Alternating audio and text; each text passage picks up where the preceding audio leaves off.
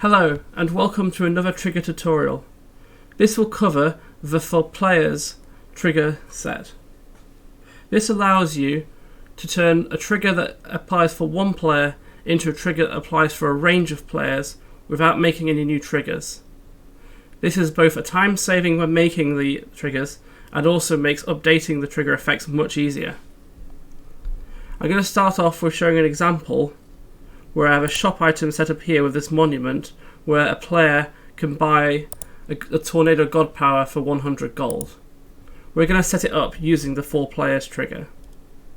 First of all, we want to go into triggers. We're going to insert a new trigger. Let's call it Buy Tornado. An important thing is that the triggers using this system must be on loop. This is due to the way they work. I also recommend the priority of being on high. Now, if you want to use the 4 players, the first thing we need to do is insert the 4 players start. Now, there's 2 versions. There's a normal start and there's a start with timer. The reason why there's a separate version with timer is the timer condition that's with the game is not compatible. And this is an amended version which allows timer to be used. Now, the structure of this is you have a variable P, which you can change to another name if you wish. Whenever we insert a condition or effect that affects a player, instead of putting the player number, we put the variable instead. In this case, we'll use P, but we want the player range to be 1 to 6, as we've got 6 old men here. We'll leave the timer on 1, so it activates quite quickly. Now, the shop item, which I've set up on the monument, it allows you to purchase the Tornado for 100 gold. So let's set that up. So going back to the trigger, we want to condition that the player's resource count is greater than 100 gold. So here, instead of putting the player number, we want to put P. We put gold greater than or equal to 100. The timer we've already had. The other final thing is we need to only activate when the old man is actually in the area. So we can use the units in area condition. We can center it on the cinematic block. And again, we want to condition that it's the player's old man, so we need to put player P. The old man. And we'll have a radius of 5, which should be more than enough. And we want to say that there is equal to 1 man there in order to purchase it. Moving on to the effects, we want to take away the gold. We can do that by granting negative resources. Again, because it's applied to the player, we need to put player P instead of the normal player. We want to the gold and we want to subtract it, so negative 100. We want to give the God Power, so we can use grant God Power. Again, we want it to be for the player, so we put player P, and we want to grant the Tornado God Power. Finally, let's put a message to say that we made a purchase. So we can do a send chat.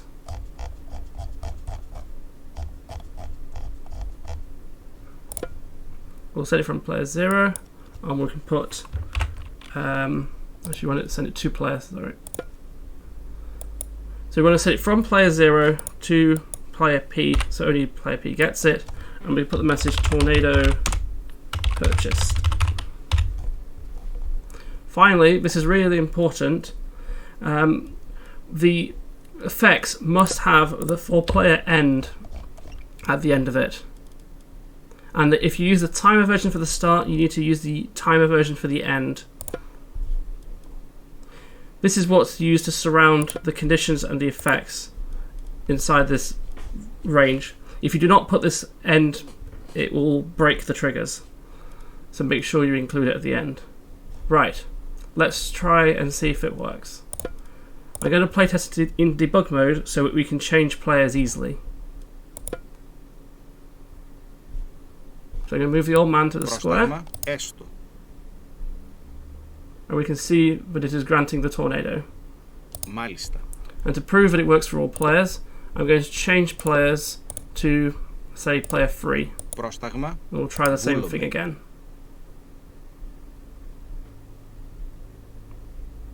Ναι. So there you go, that's a basic setup of a shop. Let's say we wanted to add a second item to the shop item, and let's say we want to buy Meteor. All we need to do is copy the existing trigger. Let's change the effects. And here, we can keep this one the same. The Meteor also costs 100 gold, so we can keep that the same. We just need to change the unit that it's from to be this shop instead. We aren't changing the cost, so the cost can stay the same. We're going to change the God Power to Meteor. We're going to change the chat message to say Meteor. And the 4-player end doesn't need to change. That's it for setting up a second shop item. Let's give it a go. Λέγε. Let's Μάλιστα. move the old man there. Βούλομαι. And there we go. We're now purchasing Meteors. Μάλιστα. And again, let's just change to another player. Έτοιμος. Βούλομαι. Try player 6. Oh, I didn't give him the speed. Ah, no matter. Here we go again. Ναι. We have the Meteors. Έστω. So that shows you how quickly you can now set up multiple shop items. Now, let's say that you were stingy and decided that players were not allowed to buy more than, say, 3 tornadoes, and you want to put a limit on. We can do this by using a Kesvar. Now, the problem is that there is 6 players, and if we just use the same Kesvar, it's going to clash.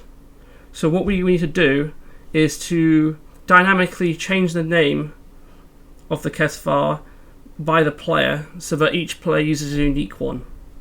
I'll show you how you do this. So let's go into the tornado one. Now, let's insert an additional condition that says the purchase count cannot be above a certain amount. So we can do a Kesvar check. Let's just call it tornado. Oops. Now, as I mentioned, we need the unique name. So what we can do is we can substitute the player variable into the name to dynamically change the name based on the player number.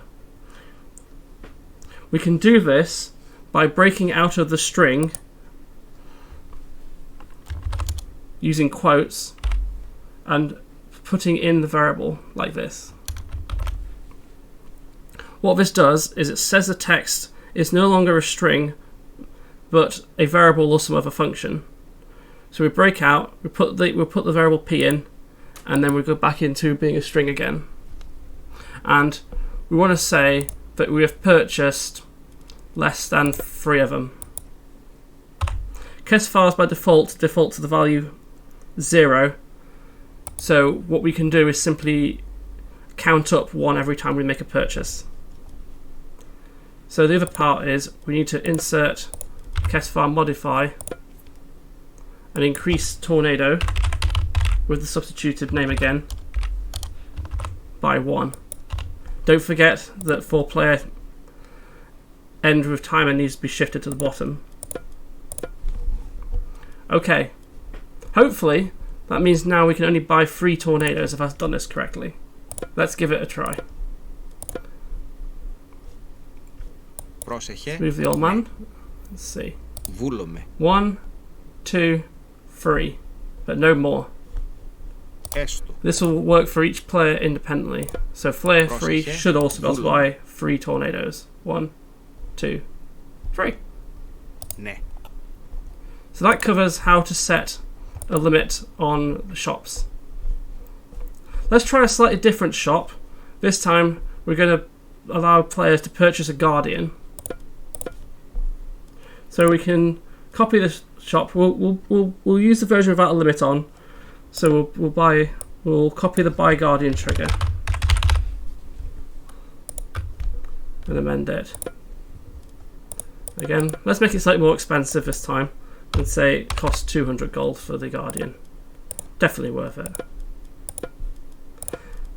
Again, so we changed the cost to 200. We'll change the text. And now we need to deploy the actual Guardian.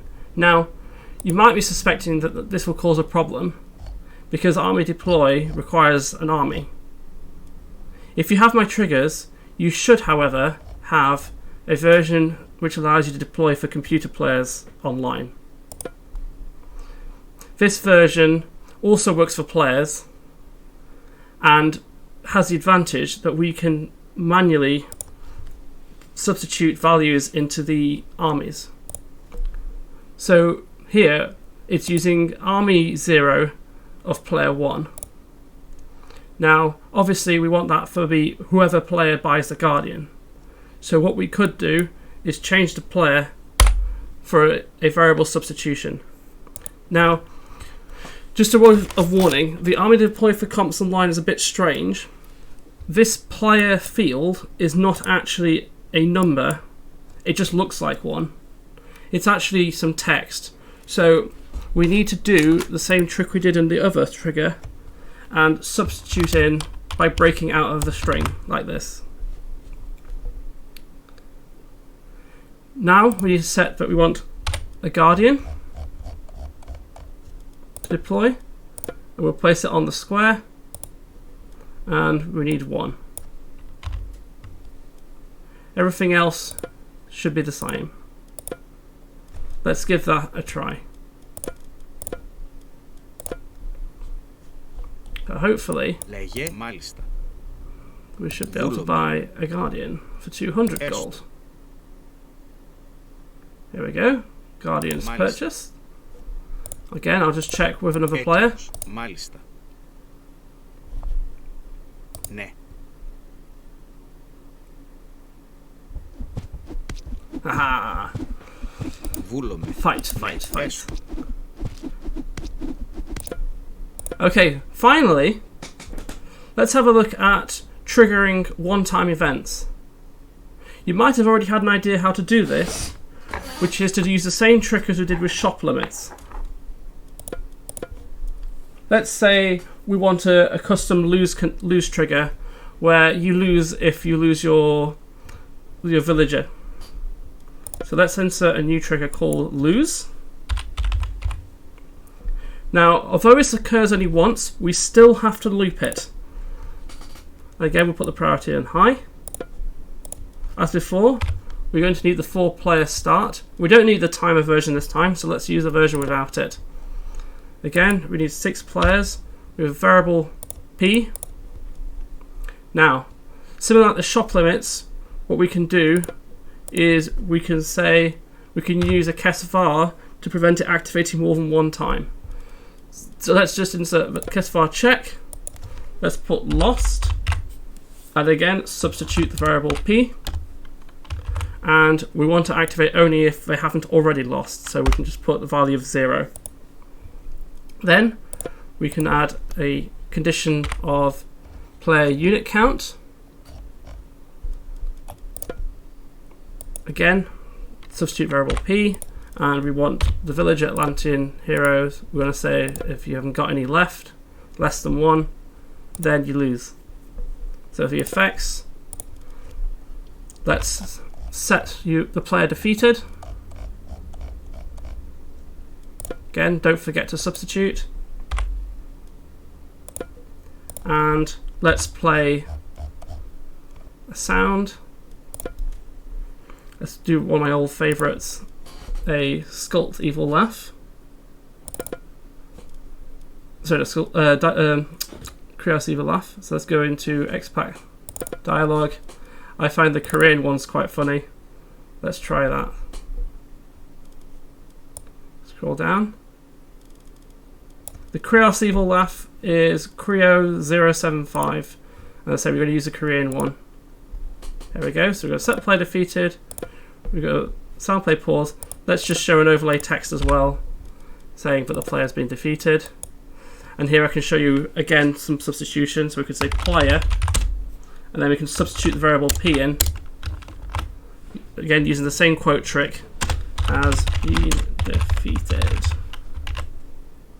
And we'll put a small fade duration. Don't forget, we need to end the triggers, the for player, with the appropriate for player end. There we go. Let's give this a run. Right, so if I delete the villager, we should lose. Yuji.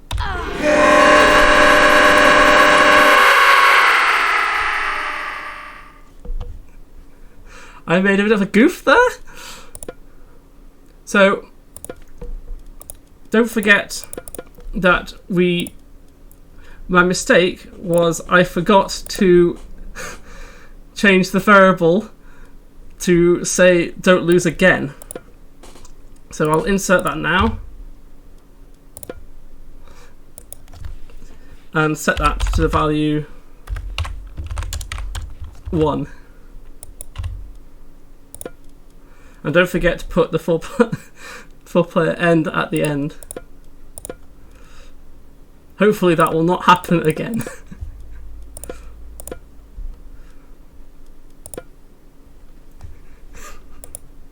Herr Joe's. Here we go. Let's try changing to a different player and see if it still happens correctly. Yuji.